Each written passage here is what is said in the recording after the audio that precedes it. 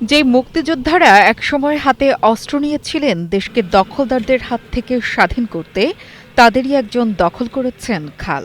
অবিশ্বাস্য হলেও এমন অভিযোগ এসেছে একজন বীর মুক্তিযোদ্ধার বিরুদ্ধে। গত 4-5 দিন যাবত এটা দখল হচ্ছে এই জায়গাটা।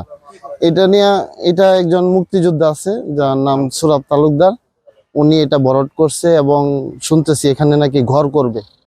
পানি নিষ্কাশনের গুরুত্বপূর্ণ মাধ্যম এই খালটির বিভিন্ন অংশ দীর্ঘদিন ধরেই দখলে নিয়েছে ক্ষমতাশীলরা, গড়ে উঠেছে নানা স্থাপনাও। তবে সম্প্রতি খালের একটি গুরুত্বপূর্ণ স্থান ব্যক্তিগতভাবে দখল নেওয়ার চেষ্টা করছেন মুক্তিযোদ্ধা সোহরাব হোসেন তালুকদার। দখলের ফলে পানি চলাচল বন্ধ হয়ে দুর্ভোগে পড়তে হবে বলে জানান এলাকাবাসী।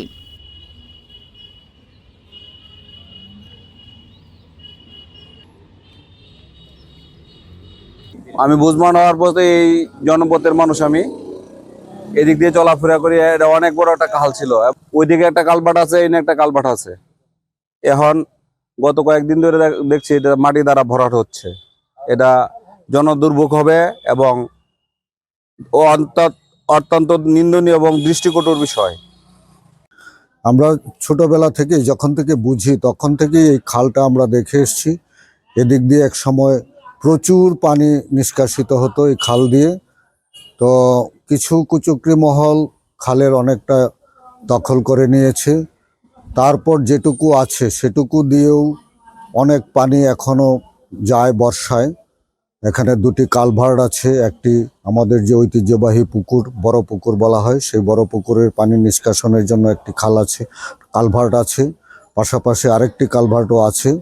তো এই খাল যদি ভরাট হয়ে যায় তাহলে এলাকাবাসীকে চরম দুর্ভোগ পোহাতে হবে। টানা তৃতীয়বার অর্জন করেছে দেশের সেরা সুপার ব্র্যান্ড স্বীকৃতি বসুন্ধরা টিস্যু। বিষয়টি নিয়ে এলাকাবাসীর মাঝে ক্ষোভ দেখা দিয়েছে।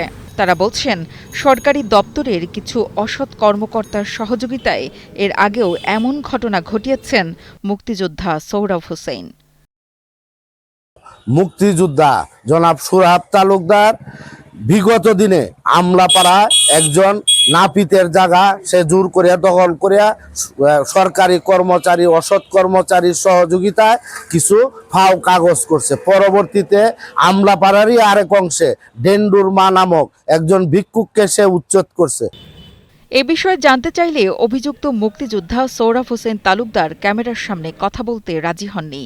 তবে তিনি দাবি করেন, সরকার থেকে অনেক আগেই তিনি এই জমি কাগজপত্রের মাধ্যমে বুঝে পেয়েছেন।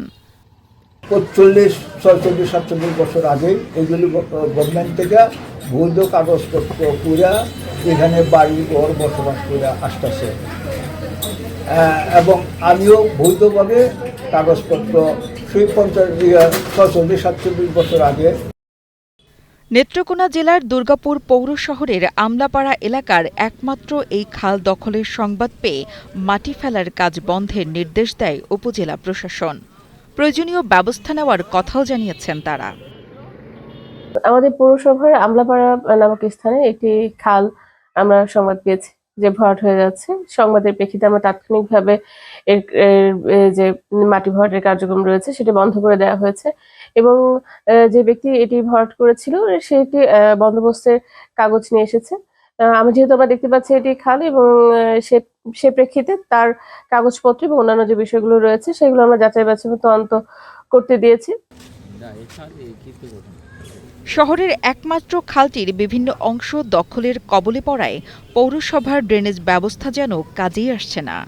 এমন সময় একজন বীর মুক্তিযোদ্ধার খাল দখলের চেষ্টায় হতাশ এলাকাবাসীও। দ্রুত পুরো খালটি দখলমুক্ত করে খননের মাধ্যমে পানি চলাচল স্বাভাবিক করার দাবি জানিয়েছেন তারা। আল নোমান শান্তর পাঠানো তথ্য ও ভিডিও চিত্রে ডেস্ক রিপোর্ট, কালের কণ্ঠ।